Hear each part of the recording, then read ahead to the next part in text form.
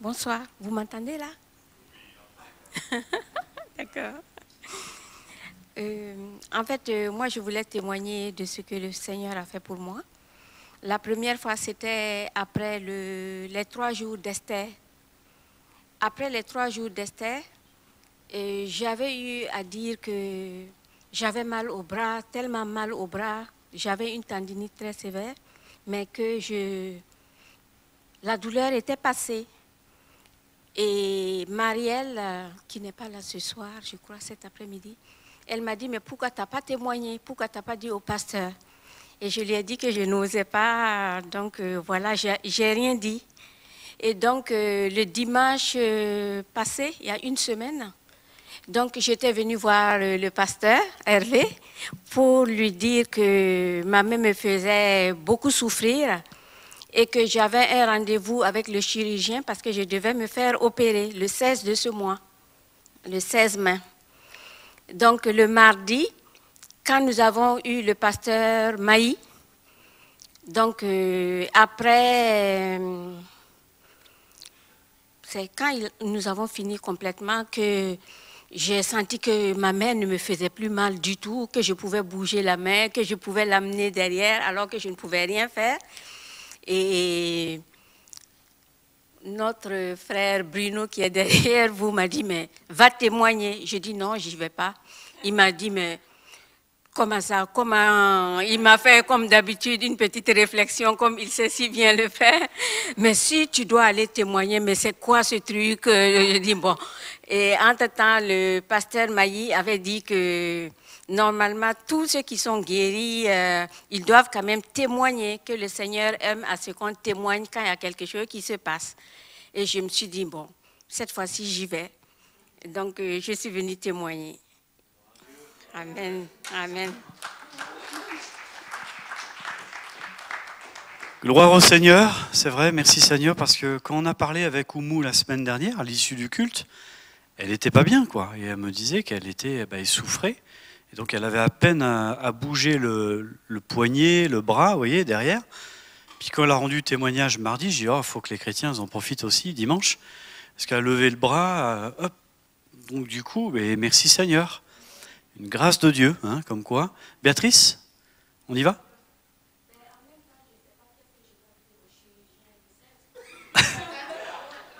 Tu vas le voir et tu lui dis que tout va bien. Tu lui montres. Non mais c'est bien. Voilà. Vous voyez que parfois, on témoigne et on explique ce qui s'est passé entre deux. Hein? Seigneur, on a prié, le Seigneur guérit les malades. Donc le Seigneur est capable de faire les choses. Amen. Voilà, on entend un autre témoignage et après on entendra la parole de Dieu. Oui. Bonjour à tous ceux que je connais et ceux que je ne connais pas ou ceux qui viennent pour la première fois. Alors moi j'ai un témoignage à donner, je dirais plus sur ma vie, je vais essayer de faire court. Par rapport à tout ce que tu nous as dit Nicolas ce matin, c'est vrai que l'épreuve, on a souvent peur de l'épreuve et de la souffrance. Mais il faut savoir que le Seigneur passe par l'épreuve et la souffrance pour vraiment nous purifier de tout ce qui n'est pas de lui. Et tout au cours de ma vie, et j'ai 54 ans aujourd'hui, enfin je vais vers 54 ans cette année, j'ai eu vraiment des épreuves difficiles. J'ai toujours gardé ma joie. Je crois que ça ne se voyait pas, mais au fond de moi-même, je demandais toujours au Seigneur de me garder et de toujours tenir bon, tenir bon, tenir bon. Il y a des épreuves qui se sont terminées, et j'en rends gloire à Dieu, mais il y a des épreuves encore dans ma vie qui continuent, qui persistent, notamment avec mes enfants. Mais j'ai encore été surprise la fois dernière, tu disais qu'on était parti sur la montagne.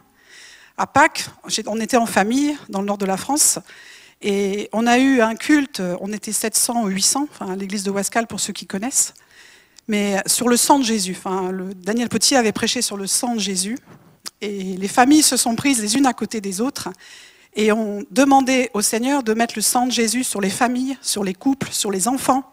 Et même si on ne voit pas la gloire de Dieu tout de suite, sachez mes frères et sœurs que vous la verrez. Passé ce dimanche-là, nous sommes rentrés. Le lendemain, tout le monde était parti, il y avait la fête pour mon gendre. Le lendemain soir, on se retrouve, mon mari et moi, à 1h du matin, en pleine crise conjugale chez mes enfants.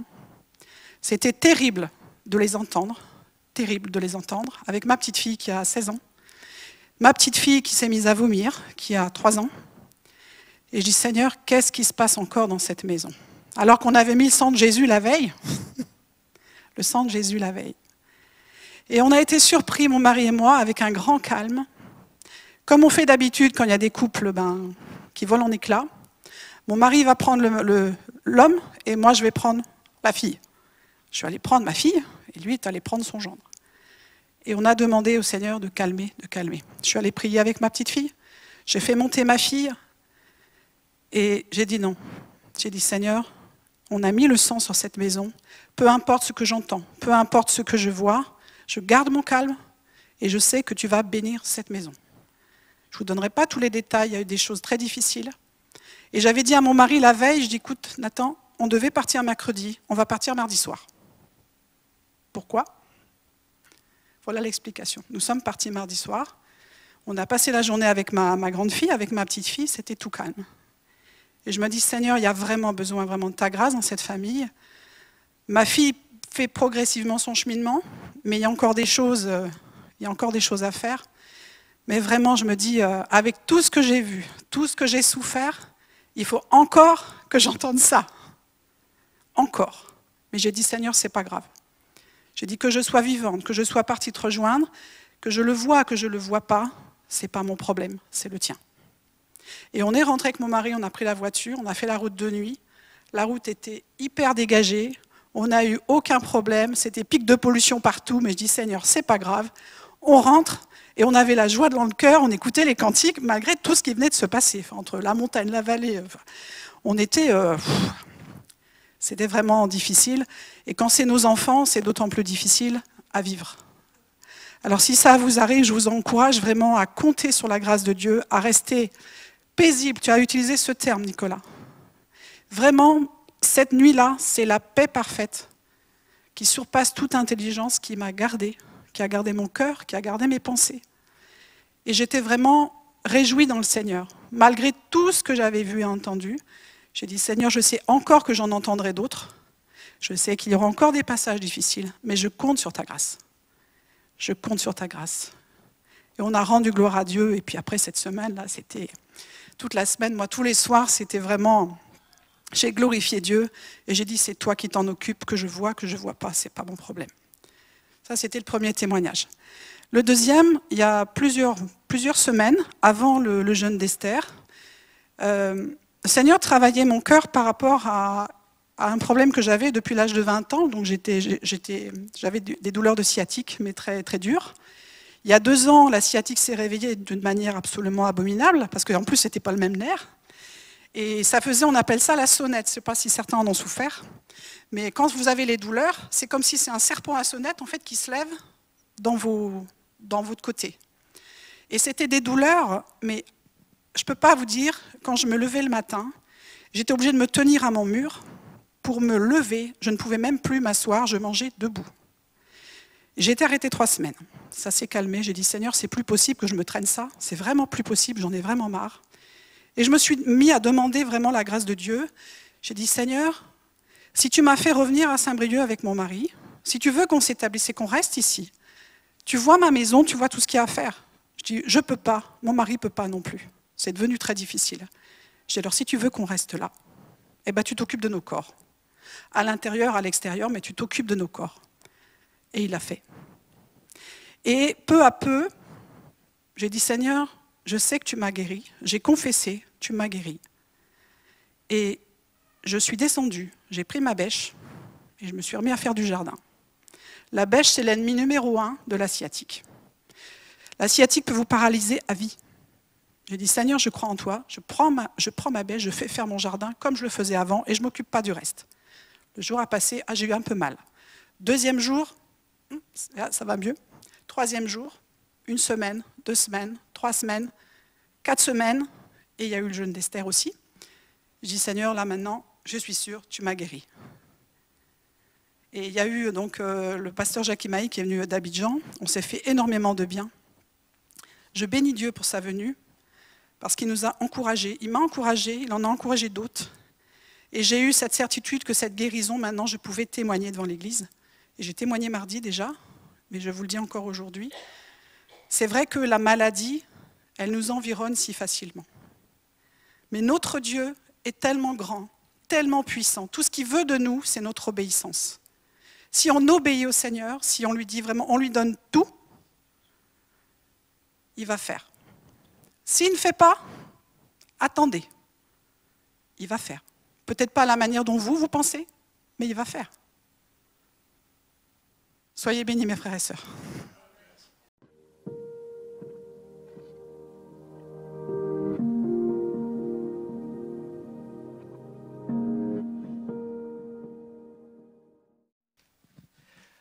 Voilà, bonjour à chacun, à chacune, à ceux que je n'ai pas pu saluer ce matin, et puis ceux qui nous rejoignent aussi cet après-midi. Soyez les bienvenus, même si ce n'est pas dans mon assemblée, je vous souhaite quand même la bienvenue. On est à la maison un peu partout. Le pasteur, il ne m'écoute pas, il est en train d'être dissipé. Je disais que j'étais comme chez moi ici, Hervé. C'est bien, on est à la maison partout, on est frères et sœurs en Christ, nous qui appartenons à la famille de Dieu, c'est vrai que c'est un privilège. C'est un privilège. On voit des gens qu'on n'a jamais vus, mais on a l'impression qu'on les connaît depuis toujours.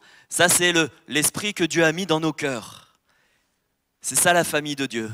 À partir du moment où on a dit oui à Jésus, il a pardonné nos péchés et il nous a fait rentrer dans son royaume, dans sa famille, et on est les uns avec les autres. On prie les uns pour les autres et on se connaît les uns les autres puisqu'on a le même maître, le même sauveur, le même père. Depuis hier soir avec la jeunesse, puis avec l'église ce matin, nous parlons de Jésus. Nous parlons de Jésus comme étant celui qui nous tend la main. Peut-être qu'il y en a qui sont venus, ils ne savent pas que c'est le thème du week-end, c'est « Il te tend la main ». Jésus te tend la main. Et cet après-midi, j'aimerais m'adresser à vous, qui que vous soyez,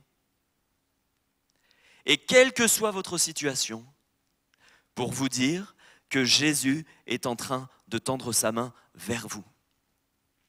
Que ce soit vous qui êtes là, ou que ce soit ceux qui verront le message, sa main est tendue, sa main secourable, sa main qui pardonne le pécheur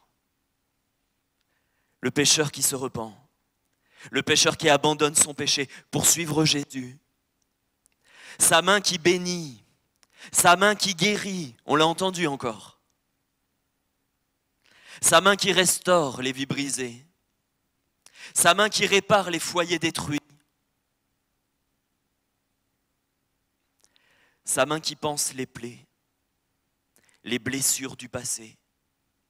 Sa main qui rassure et qui met la paix dans les cœurs, même lorsqu'il n'y a rien qui normalement devrait faire qu'on est en paix. Mais c'est Jésus qui le fait.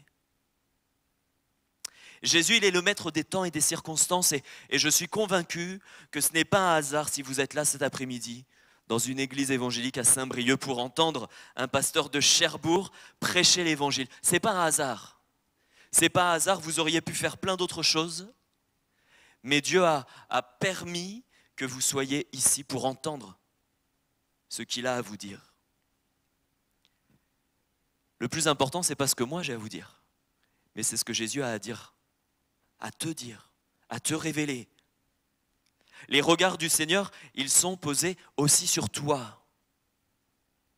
Il est venu donner sa vie pour le monde entier, mais dans le monde entier, il y a toi. Et Dieu t'aime particulièrement.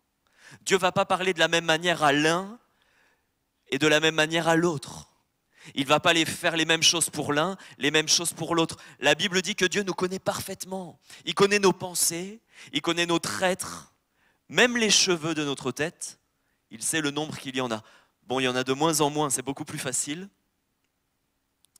Pour certains, il n'y en a plus du tout, mais ne vous inquiétez pas, j'y arrive aussi. Prenez avec moi votre Bible, s'il vous plaît. Ouvrons-la ensemble dans Ésaïe au chapitre 61 et à partir du verset 1er. Parce que le but, c'est que cet après-midi, on puisse prêcher la parole. C'est la parole qui fait foi, c'est sur elle que notre foi elle est basée, la parole de Dieu. Voici ce qui est écrit, Ésaïe chapitre 61, verset 1er. Voici une prophétie qui a été donnée de la part de Dieu au prophète Ésaïe, des siècles avant que Jésus arrive sur la terre.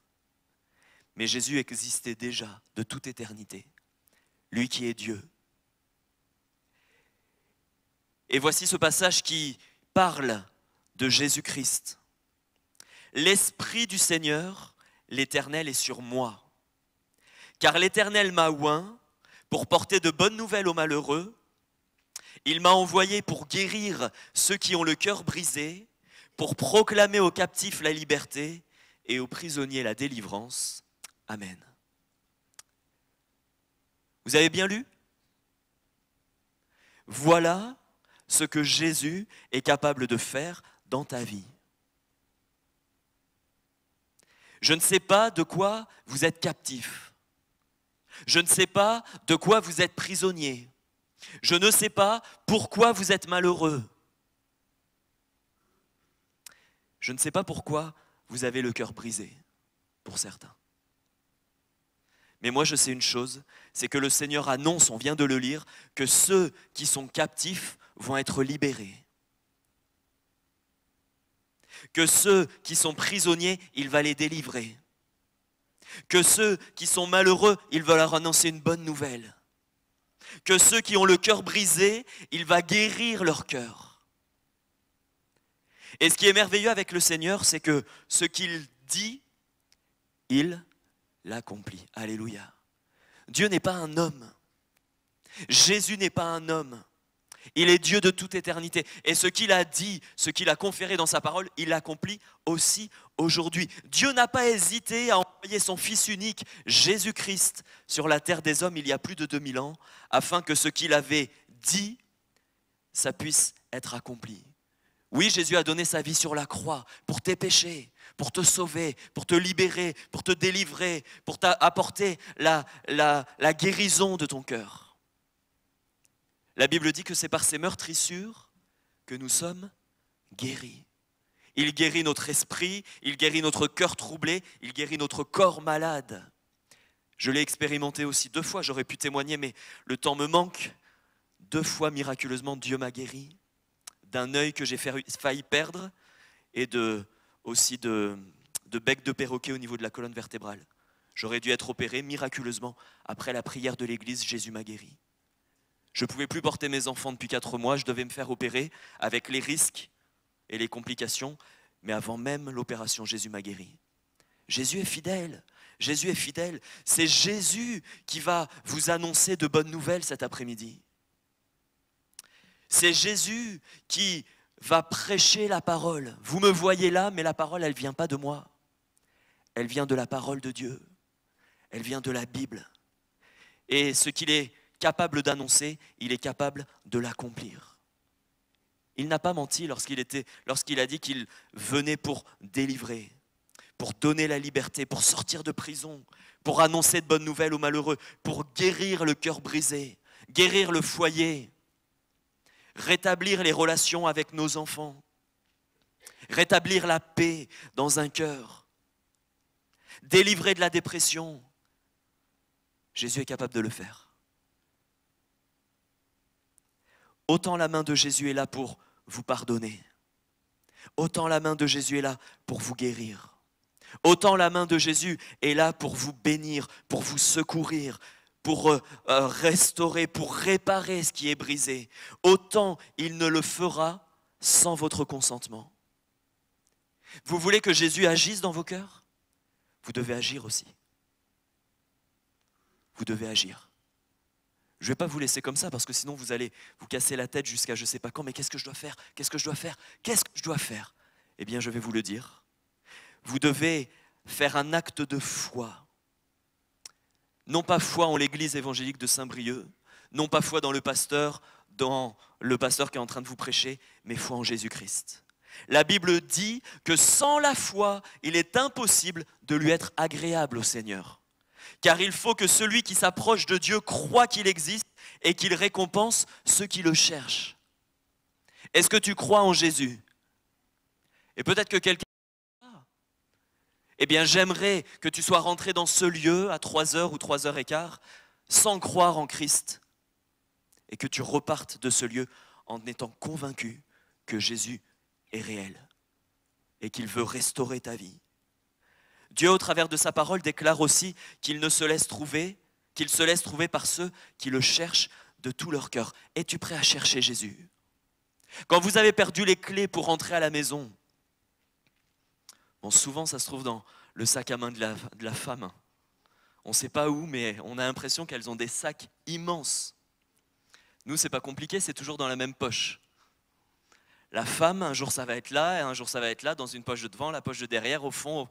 Bref, quand la femme, elle sait que la clé, elle est dans son sac, elle va pouvoir y passer un quart d'heure, elle ne va pas se décourager, elle va chercher. C'est vrai ou pas? C'est ça, chercher, mes amis. Si la Bible dit que ceux qui cherchent Jésus, ceux qui cherchent Dieu, il va se laisser trouver, cherchez-le jusqu'à ce qu'il se laisse trouver. Parfois, le problème, c'est que les gens cherchent Jésus, et si en une fraction de seconde, il n'a pas répondu, ils jettent l'éponge, ils abandonnent. C'est pas ça, chercher. Moi, je ne vois pas être avec mes 2 enfants, ma femme enceinte, je sais que c'est elle qui a les clés dans son sac, parce que c'est elle qui les a mis comme d'habitude, et puis qu'elle cherche, et puis au bout de 10 secondes, je lui dis, bon, laisse tomber, on attend sur le pas de la porte. Vous pourriez me dire, non mais, si tu ne prends pas le temps de chercher dans ton sac, ou plutôt dans le sien, là où il y a le bazar, vous n'allez jamais retrouver les clés. Si tu veux trouver Dieu, c'est la même chose. Cherche, cherche. Il y en a, ils disent, oui, j'ai cherché, mais Dieu ne m'a pas répondu. Est-ce que tu as lu la parole? Est-ce que tu as dévoré les évangiles? Est-ce que tu es venu à l'assemblée écouter la prédication? Si tu veux trouver Dieu, il se laisse trouver notamment par sa parole, premièrement. La parole qu'il a laissée. Voilà l'état d'esprit que tu dois avoir avant d'écouter la parole de Dieu. Voilà dans quel état de cœur tu dois venir écouter l'évangile. Avoir foi en Dieu, avoir foi qu'il existe, avoir foi qu'il va se laisser trouver par toi si tu le cherches de tout ton cœur. Dieu est celui qui tend sa main vers toi cet après-midi. Et je disais hier aux jeunes qu'il n'est pas venu tendre juste un doigt. Il n'a pas juste levé le petit doigt pour te sauver. Il a quitté son ciel de gloire. Il est venu sur la terre. Il a donné sa vie. Il a accepté les coups, il a accepté les crachats, les injures, les fouets, il a accepté les clous, il a accepté de mourir pour payer le prix que normalement tu aurais dû payer. Mais il t'aime tellement, le Seigneur, qu'il a fait pour toi. Non, Jésus n'a pas levé simplement le petit doigt pour te sauver, il s'est donné tout entier, jusqu'à la mort de la croix. Et le 3e jour, Jésus est ressuscité. Alléluia, voilà pourquoi il est vivant. Voilà pourquoi encore cet après-midi, il peut parler. Si Jésus était mort, vous auriez dû rester chez vous. Mais parce qu'il est vivant, vous avez bien fait de venir écouter l'évangile, écouter la parole. Il est vivant, il est vainqueur et il s'adresse à toi cet après-midi. Il ne s'adresse pas qu'à ton épouse ou à ton conjoint ou à tes enfants. Il te parle à toi. Et les oreilles ouvertes et le cœur ouvert. Et prenez avec moi Acte 12, s'il vous plaît. Acte 12, à partir du verset 1er. Verset 1er, Acte 12. Acte 12, verset 1er jusqu'au verset 11. Vers le même temps, le roi Hérode se mit à maltraiter quelques membres de l'Église et il fit mourir par l'épée Jacques, frère de Jean. Voyant que cela était agréable aux Juifs, il fit encore arrêter Pierre. C'était pendant les jours des pains sans levain. Après l'avoir saisi et jeté en prison, il le mit sous la garde de 4 escouades de 4 soldats chacune. Il y avait combien de soldats? 4 x 4, 54. 16, c'est bien. Mais ce n'est pas ça que je veux que vous reteniez cet après-midi. 16 soldats, avec l'intention de le faire comparaître devant le peuple après la Pâque, sachant que Jacques venait d'être tué. Donc croyez-moi, ce n'était pas pour être ensuite libéré. Pierre donc était gardé dans la prison et l'Église ne cessait d'adresser pour lui des prières à Dieu. Vous savez qu'on a prié pour vous ? Vous savez que l'Église a prié pour vous? Peut-être que quelqu'un vient, il n'est pas chrétien, il n'a pas donné son cœur à Jésus. Eh bien, l'Église a prié pour vous. Vous savez qu'avec le frère, on a prié pour vous? Je ne savais pas qui allait venir, mais j'ai prié pour vous, parce que lui, Dieu savait qu'il allait vous diriger jusque-là. L'Église ne cesse d'adresser pour toi des prières, afin que ton cœur sorte de prison. La nuit qui précéda le jour où Hérode allait le faire paraître, Pierre, lié de 2 chaînes, dormait entre 2 soldats. Et des sentinelles devant la porte gardaient la prison. Et voici, un ange du Seigneur survint, et une lumière brilla dans la prison. L'ange réveilla Pierre, en le frappant au côté et en disant « Lève-toi promptement !» Les chaînes tombèrent de ses mains. Et l'ange lui dit « Mets ta ceinture et tes sandales !» Et il fit ainsi. L'ange lui dit encore « Enveloppe-toi de ton manteau et suis-moi !» Pierre sortit et le suivit, ne sachant pas trop ce qui se faisait, si l'ange était réel ou s'imaginant peut-être avoir une vision. Lorsqu'ils eurent passé la première garde, puis la seconde, ils arrivèrent à la porte de fer qui mène à la ville et qui s'ouvrit d'elle-même devant eux. Ils sortirent et s'avancèrent dans une rue. Aussitôt, l'ange quitta Pierre. Revenu à lui-même, Pierre dit « Je vois maintenant d'une manière certaine que le Seigneur a envoyé son ange et qu'il m'a délivré de la main d'Hérode et de tout ce que le peuple juif attendait. Amen. » Je ne sais pas quelle est ta prison, mon ami. Je ne sais pas dans quelle prison tu te trouves, mais je sais une chose, la première prison dans laquelle nous sommes tous, on a tous été engendrés dans cette prison-là, on est tous nés dans cette prison-là, c'est le péché. La Bible dit que tous ont péché. Tous, sans exception. Il n'y en a pas un seul qui peut dire « je suis juste devant Dieu ». Le seul qui n'ait jamais péché et qui a foulé cette terre, c'est Jésus. Alléluia. C'est Jésus, Dieu de toute éternité, qui est venu pour toi. Pour certains, c'est une horrible prison. C'est un temps de débauche, c'est les addictions, c'est la misère. Ils sont enfermés dans cette prison et ils vivent dans la misère. Ils vivent des drames familiaux. Pour d'autres, ça ne ressemble pas à un cachot, mais plutôt à une prison dorée. Ils ont l'impression d'avoir une super vie. Ils ont une renommée dans la ville, une vie très agréable avec foyer, voiture, maison, etc. Compte en banque. Ils n'ont pas l'impression d'être dans un cachot, pas l'impression d'être en prison. Mais laissez-moi vous dire une chose, que vous soyez dans un lamentable cachot, à vivre une vie lamentable, misérable, et vous cherchez à vous en sortir coûte que coûte, ou que vous soyez dans une prison dorée, vous n'avez même plus l'impression d'être en prison, tellement vous y êtes bien. Mais n'empêche que si tu n'as pas Jésus comme sauveur, le péché, il aura toujours les mêmes conséquences. La mort spirituelle, la séparation d'avec Dieu, déjà ici-bas, mais aussi pour l'éternité. Jésus a donné sa vie sur la croix pour sauver la tienne. Lui seul est sans tache, sans défaut, sans péché. Il est mort, il est ressuscité, il est vivant et il t'appelle. Et là, au sein de ta prison, je crois qu'il y a une lumière qui est en train d'éclairer, comme dans le cachot de Pierre. Et Jésus parle à ton cœur. Oh, tu ne vois peut-être pas un ange qui descend du ciel pour venir te sortir de ta prison, mais il y a un humble serviteur, un pasteur de Cherbourg qui vient t'annoncer la parole de Dieu. Il est temps pour toi, mon ami, que ton cœur s'ouvre à Jésus-Christ. Il est temps pour toi, la lumière, elle est venue. Jésus, c'est lui la lumière. Il vient faire lumière dans tes ténèbres. Il vient frapper à ton côté. Et combien de temps encore vas-tu rester dans cette prison ?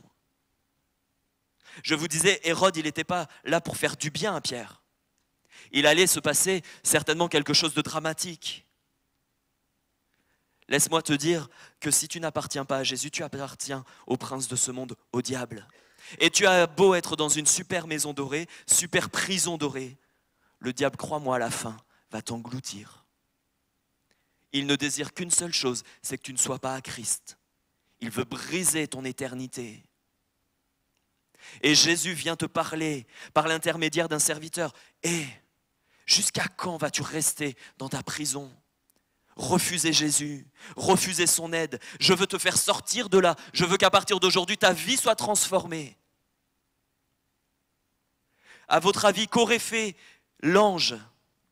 Que se serait-il passé pour Pierre s'il avait regardé l'ange et que l'ange lui dise « Viens, viens, lève-toi, mets ton manteau, suis-moi » et que Pierre préfère rester les chaînes à la main. Pierre préfère rester dans sa prison. Les chaînes tombent, mais il ne veut pas sortir de sa prison. Il est tellement bien dans sa prison. Que se serait-il passé ? Il serait mort. Il serait mort. Jésus te parle. Jésus t'invite. Jésus fait la lumière dans ton cœur. Jésus parle à ton esprit. Il est en train de te dire, suis-moi. Lève-toi là de ton péché. Suis-moi, viens. Si tu refuses, tu vas mourir. Tu vas mourir. Le salaire du péché, c'est la mort. Mais la Bible rajoute que le don gratuit en Jésus, c'est la vie en Jésus. Tu as un choix, c'est soit regarder Jésus et dire « Je te suis, je prends ta main que tu es en train de me tendre là dans mon cachot ». Ou plutôt de dire « Non Seigneur, va-t'en, je ne veux pas de toi ».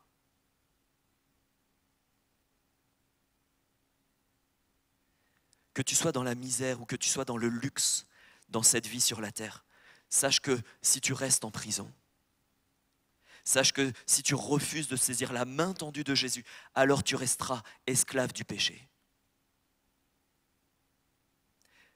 Pieds et mains liés par la puissance destructrice du diable. Et le jour où tu passeras devant Dieu, et le jour où tu voudras lui tendre la main, « Seigneur, sauve-moi », il sera trop tard. Jésus ne tendra plus sa main vers toi. Ton éternité, c'est ici-bas que ça se joue. Lisez la Bible. C'est pas moi qui suis en train d'inventer une doctrine. Lisez la parole. La parole révèle que c'est ici-bas, sur la terre, que tu dois choisir ton éternité. Qui veux-tu suivre ? Jésus-Christ ? Ou tes principes ? La société, le monde, le diable ?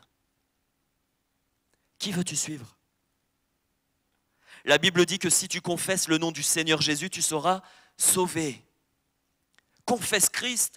Voilà pourquoi Paul il écrit « Nous vous en supplions, au nom du Seigneur, soyez réconciliés avec Dieu. » On vous en supplie. Je ne peux pas vous convertir, je ne peux pas vous forcer, mais je peux vous en supplier. Si vous saviez ce qui vous attend à dire oui à Jésus,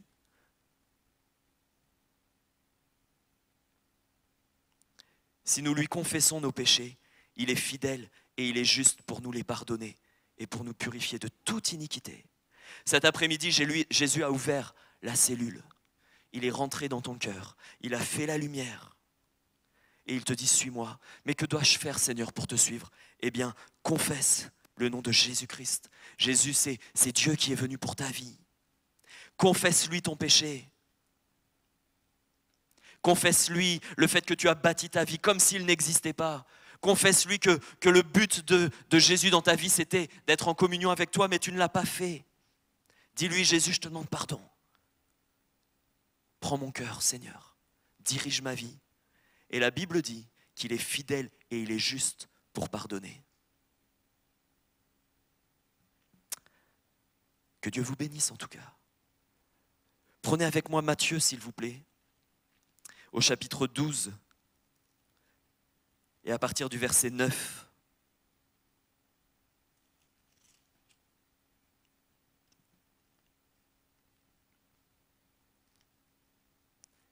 tout à l'heure, je vous ai dit qu'il y avait un acte de foi à faire. Le premier acte de foi, c'est reconnaître que je suis pécheur et qu'il n'y a que Jésus qui puisse me sauver. Et le deuxième, on va le découvrir dans ce texte, Matthieu 12, verset 9, 7. Pardon, j'étais en train de lire mes notes au lieu de lire le verset. 12, verset 9. Étant parti de là, Jésus entra dans la synagogue, et voici, il s'y trouvait un homme qui avait la main sèche. Ils demandèrent à Jésus, est-il permis de faire une guérison les jours de sabbat? C'était afin de pouvoir l'accuser. Jésus leur répondit, lequel d'entre vous, s'il n'a qu'une brebis et qu'elle tombe dans une fosse le jour du sabbat, ne la saisira pour l'en retirer? Combien un homme ne vaut-il pas plus qu'une brebis? Il est donc permis de faire du bien les jours de sabbat. Alors il dit à l'homme, étends ta main. Il l'étendit et elle devint saine comme l'autre. Amen. Cet homme qui a rencontré Jésus avait une main sèche. Il avait une main inerte, une main inutilisable. Il ne pouvait plus s'en servir et son quotidien n'était que galère. Si Dieu nous a créés avec deux mains, c'est que pour notre bien et la fonction de notre corps et notre quotidien, on a besoin de nos deux mains. S'il y en a une qui est amputée ou qui est sèche comme là, tout devient beaucoup plus compliqué. Lacez vos chaussures, juste ça, avec une main, sans y être habitué. Et sachez qu'à l'époque, il n'y avait pas tous les moyens d'aujourd'hui pour essayer de rendre plus facile ceux qui se trouvaient dans une telle situation. Il n'y avait pas de poste adapté pour travailler. Celui qui ne pouvait pas travailler de ses mains, il n'y avait pas les minima sociaux. C'était la galère. C'était le drame. Tout était beaucoup plus difficile. On ne pouvait pas vivre correctement. On ne pouvait pas s'occuper de sa famille. On était exclu de la société. Tout demandait davantage d'efforts que les autres, qui avaient encore leurs deux mains. Mais Jésus est entré dans cette synagogue et il a vu l'état de cet homme. Mon ami, Jésus est présent au milieu de nous cet après-midi. Et il l'a affirmé dans sa parole. Il n'est pas aveugle, il voit ton cœur. Il n'est pas aveugle, il voit l'état de ton cœur. Il connaît parfaitement ton quotidien. Tu fais tout pour faire comme si tout allait bien. Peut-être qu'il y en a même qui viennent à l'église, qui sont convertis, baptisés et qui font tout pour que leur vie paraisse normale. Comme si de rien n'était. Mais en réalité, tu galères tout le temps. Certains, peut-être, ne vivent pas tranquillement. Parce que cette main sèche-là est sans cesse devant leurs yeux. Cet événement qui a handicapé ta vie, cet événement qui a amputé ton cœur, cet événement qui a amputé tes pensées, qui a handicapé ton être tout entier et qui t'empêche de t'épanouir. Je ne sais pas quel est cet événement, toi tu le connais, toi tu le sais, tout est beaucoup plus dur pour toi que pour les autres. Rien n'est facile dans ton quotidien, tu n'as pas la paix dans ton cœur, tu n'as pas la paix sur ton visage et même si tu essaies de paraître, à l'intérieur c'est pas ça. Tu es fatigué de faire semblant. Tu es fatigué de porter un masque. Tu es fatigué de faire tous tes efforts pour que personne ne voie ta main sèche, pour que personne ne sache tes souffrances, tes angoisses qui te paralysent. Personne ne sache ce qui s'est passé dans ton passé. Je ne sais pas c'est quoi ta main sèche. Cette main sèche qui t'empêche de vivre épanoui comme tout le monde. Cette main sèche qui t'handicape, cette main sèche qui te fait honte, cette main sèche qui t'épuise. Ça peut être un passé douloureux. Ça peut être un abus dans ton enfance. Ça peut être un avortement subi. Ça peut être des crises d'angoisse. Ça peut être une dépression, des relations coupées avec des membres de ta famille, des finances très difficiles, des dettes que tu n'arrives plus à rembourser. Ça peut être une infirmité, une maladie incurable. Ça peut être un deuil, la perte d'un enfant, d'un membre du foyer. Ça peut être un abandon par ton mari. Je suis beaucoup plus libre, je ne vous connais pas. Je ne connais aucune situation. Mais le Saint-Esprit connaît, Jésus connaît ce qui t'handicape, même toi qui es chrétien.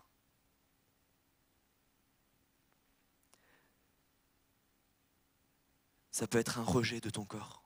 Tu n'aimes pas ton corps. Et depuis que tu es enfant. Et ça te poursuit. il y a tellement de choses qui peuvent venir handicaper notre marche, tellement de choses qui peuvent empêcher d'avancer. Ce qui a été brisé en toi t'empêche de vivre normalement. Et Jésus te demande un acte de foi cet après-midi. Jésus est celui qui tend sa main vers toi, mais il te demande, et je vous le disais tout à l'heure, il demande de ta part un acte de foi. Que va-t-il me demander? Crois-tu qu'il est le Tout-Puissant? Celui pour qui rien n'est impossible? Est-ce que tu le crois cela? Est-ce que tu crois qu'il est capable aujourd'hui de restaurer ta main sèche? Il te demande une chose cet après-midi. Il faut que tu aies confiance en lui pour le faire. Il faut, toi aussi, que tu tendes ta main sèche vers Jésus. Cette main qui te fait honte, cette situation que tu essaies de cacher, il faut que tu la tendes vers la main de Jésus.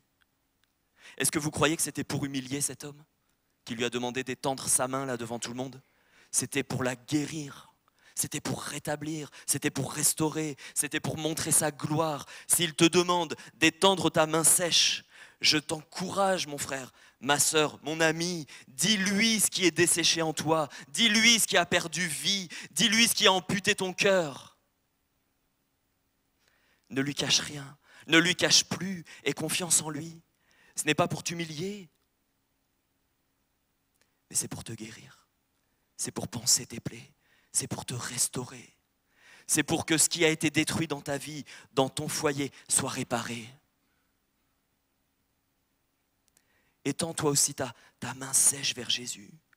Dis-lui ce que tu veux qu'il fasse dans ta vie. Dis-lui ce que tu veux qu'il répare dans ta vie. Dis-lui ce que tu veux qu'il restaure. Sois guéri dans ton cœur. Sois guéri dans tes pensées. Sois guéri dans ton esprit. Au nom de Jésus, cet après-midi.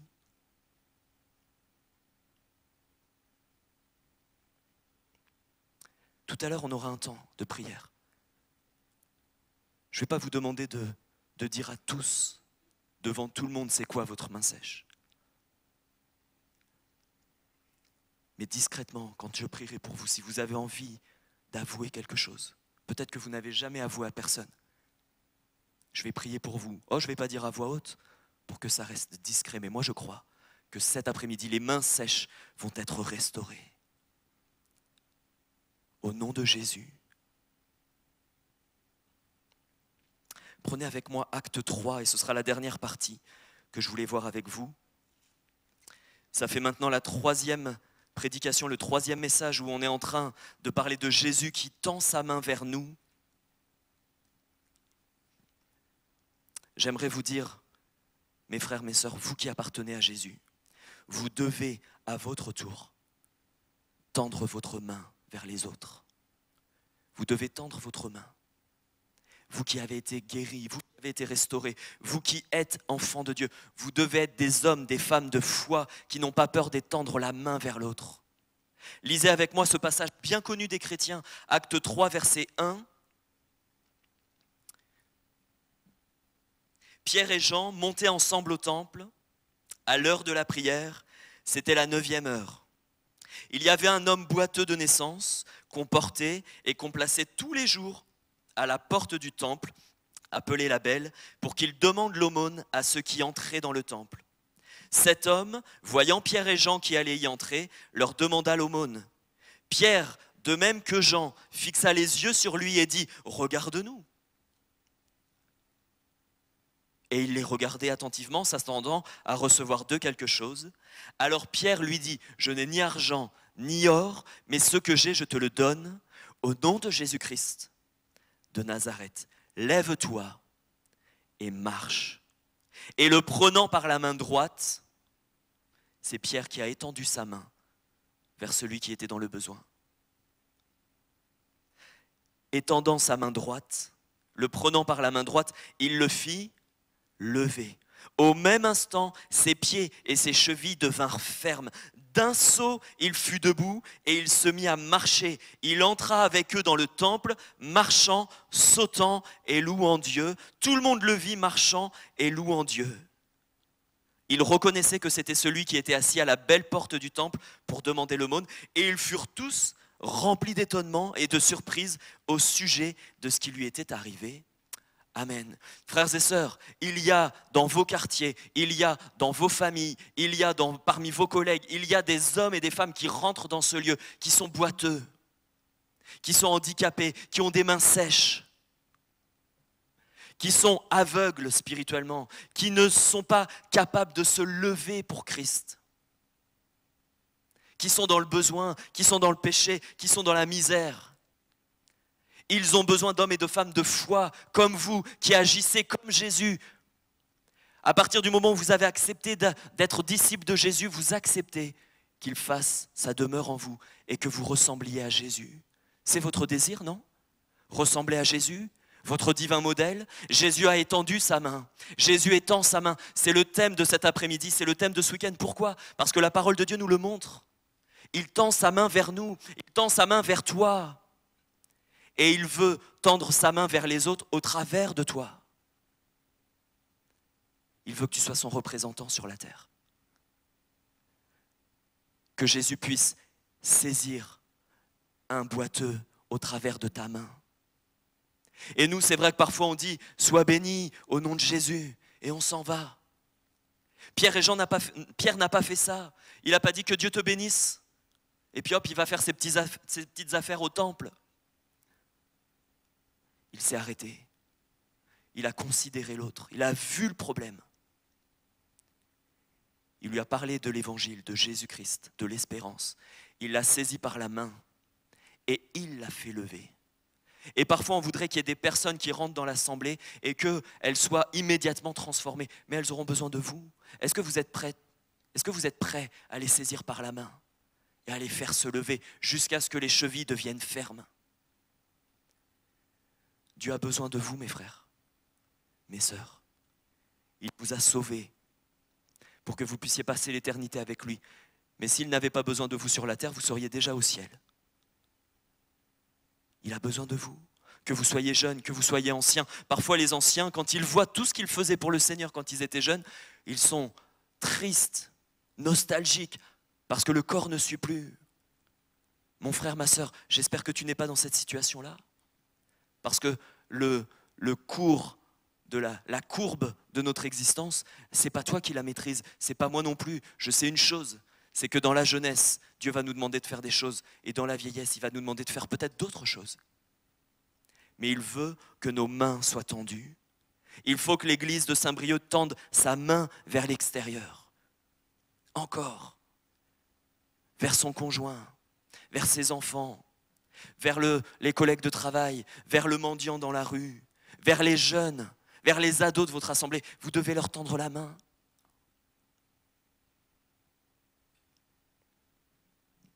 Êtes-vous prêts, à votre tour, à être des disciples de Jésus qui ressemblent au Maître, des mains tendues? Il nous tend la main. Tu dois tendre la main aux autres. C'est toi qui as le trésor dans ton cœur. C'est toi qui as la vérité. C'est toi qui as une parole de consolation. C'est toi qui as un encouragement. C'est toi qui peux prier au nom de Jésus. Les autres ne veulent pas prier au nom de Jésus, ils ne croient pas en Christ. Ils sont dans l'ignorance. C'est toi qui vas prier au nom de Jésus-Christ. Voici les miracles qui accompagneront ceux qui auront cru en mon nom. Ils imposeront les malades et les malades seront guéris. Tu as cru dans le nom de Jésus? Alors tu es capable de prier pour ton prochain, de lui tendre la main et de prier au nom de Jésus. Que Dieu vous bénisse. Que Dieu vous bénisse chacun. Et j'aimerais faire un appel. Je ne peux pas vous laisser partir comme ça. En ayant entendu l'évangile, en ayant entendu Jésus parler à votre cœur. Je vous rappelle que le Seigneur, la première chose qu'il veut pour ta vie, c'est te sortir de ta prison, la prison du péché. Peu importe comment tu vis ta vie de pécheur, que ce soit une prison dorée ou que ce soit un véritable cachot misérable, il te demande de saisir sa main. Sa main, elle est tendue. Saisis-la. Sors de ton péché. Accepte de dire « Jésus, viens me sauver. Pardonne mon péché. Jésus. » On va fermer nos yeux quelques instants. S'il y en a qui sont dans cette situation-là, levez-vous à votre place. Levez-vous à votre place. Je vais prier pour vous. Est-ce qu'il y a une personne au milieu de nous ou même quelqu'un qui entendra cette prédication au travers d'Internet, que la personne fasse un acte de foi dans sa chambre, dans sa maison. Levez-vous à votre place. Levez-vous à votre place. Jésus est venu frapper à la porte de ton cœur. Sa main, elle est tendue. Mais tu as un acte de foi, Père. Tu ne pourras pas être sauvé si tu ne fais pas cet acte-là. De lui tendre la main et de dire, Seigneur, viens me sauver de mon péché. Jésus, tu vois ceux qui se sont levés. Je te demande maintenant de bénir. Je te demande maintenant de guérir. Je te demande maintenant de pardonner le péché. Au nom de Jésus. Pardonne celui qui est en train de confesser sa vie misérable. Celui qui est en train de confesser qu'il n'est rien sans toi. Celui qui est en train de te dire, oui Jésus, je veux croire en toi. Ceux qui sont en train de te chercher, Jésus, révèle-toi encore. Et que le pécheur soit pardonné. Tu ne veux pas que le pécheur meure dans ses péchés. Tu le veux qu'il se repente et qu'il vive. Et c'est ce que je prie cet après-midi.